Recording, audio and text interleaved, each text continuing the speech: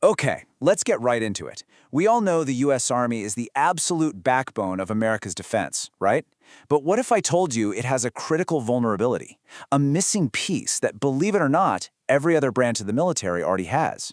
In this explainer, we're going to break down the proposal to fix that, the creation of a United States Army Auxiliary. So this quote right here, this really sets the stage for our entire conversation. And it's not some far-off, scary future scenario. It's about right now. The old idea that two giant oceans can protect the United States, well, that's officially obsolete. The real question is, what are we going to do about it? And this slide, this just lays the problem out so clearly. You've got the Air Force with its super effective Civil Air Patrol. The Coast Guard has its auxiliary, which is a huge force multiplier for them. But then you look at the Army, and there's a big question mark. It is the only service without a congressionally authorized uniformed auxiliary, and that creates a pretty significant strategic gap. To really get why this matters so much, we have to wrap our heads around what the modern threat landscape actually looks like. The whole concept of homeland security has been completely turned on its head. Look at this list. These are threats that make geography almost totally irrelevant. An adversary doesn't need to sail a fleet across an ocean to cripple a power grid, mess with our financial systems, or just sow chaos. We're talking about your local hospital, the bank you use, the power that keeps your lights on. All of it could become a target with just a few keystrokes from thousands of miles away. The homeland isn't a safe zone anymore. It's part of the battlefield. So the threat is new, but is the solution? Not even close. The idea of a military auxiliary is a really old, time-tested concept with a long, successful history. Honestly, the weird part is why the Army never fully jumped on board. I mean, look at this timeline. It goes all the way back to ancient Rome. They used specialized non-citizen troops, the auxilia, to back up their legions. Then you fast forward to WW2 Britain, our own Civil Air Patrol, and now, today, our NATO allies are spinning up new Home Guard units for the very same reasons we're talking about. This model just works. And hey, if you need any more proof that this kind of service is legit and even prestigious, look no further. Yep, that is the future Queen Elizabeth II serving as a driver and a mechanic in the Auxiliary Territorial Service. And this wasn't just some photo op, it was real, get-your-hands-dirty service. Okay, so how do we take all that history and apply it to today's challenges? Let's get into the actual proposal. What would a United States Army Auxiliary really look like? What would it do? So here's the official definition from the source material. You gotta pay attention to the key phrases here: uniformed, civilian volunteer, and especially non-deployable and non-lethal. This is so important. This is not about creating a second army. It's about building a dedicated support force that frees up the professional army to focus on its #1 job, fighting and winning wars. So what would these volunteers actually be doing? This chart breaks it down. We're talking about absolutely vital support roles. Things like logistics, helping out in emergency operations centers during a disaster, which, by the way, means getting help and resources moving way faster when a hurricane or wildfire hits your community. And, importantly, bringing back national civil defense education.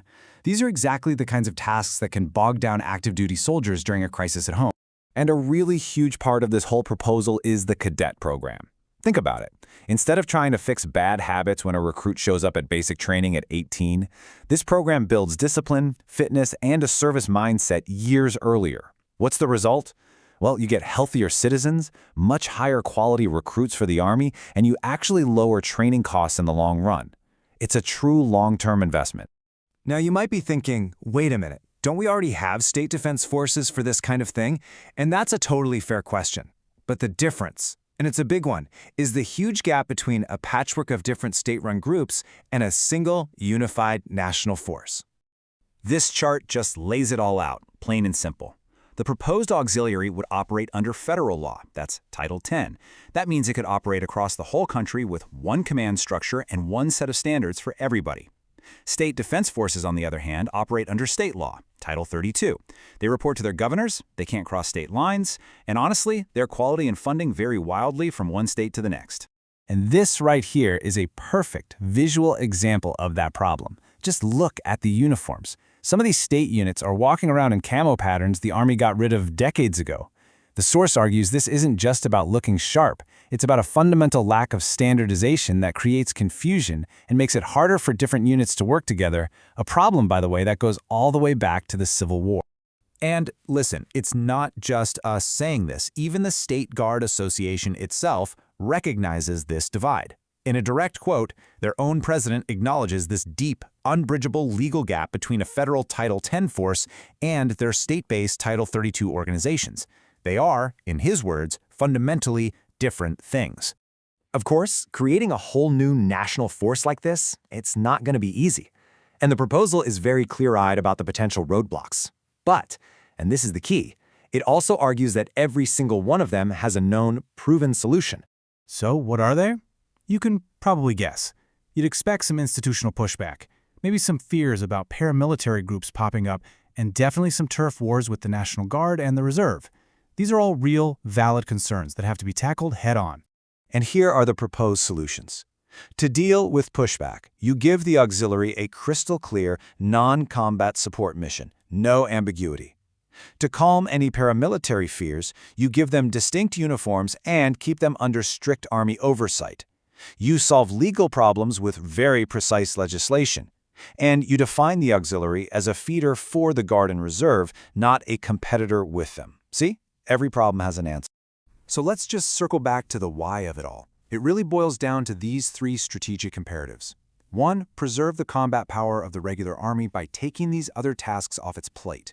2. Create a national surge capacity so we're not caught flat-footed in a major crisis. And 3. Restore the vital function of national civil defense for all our communities.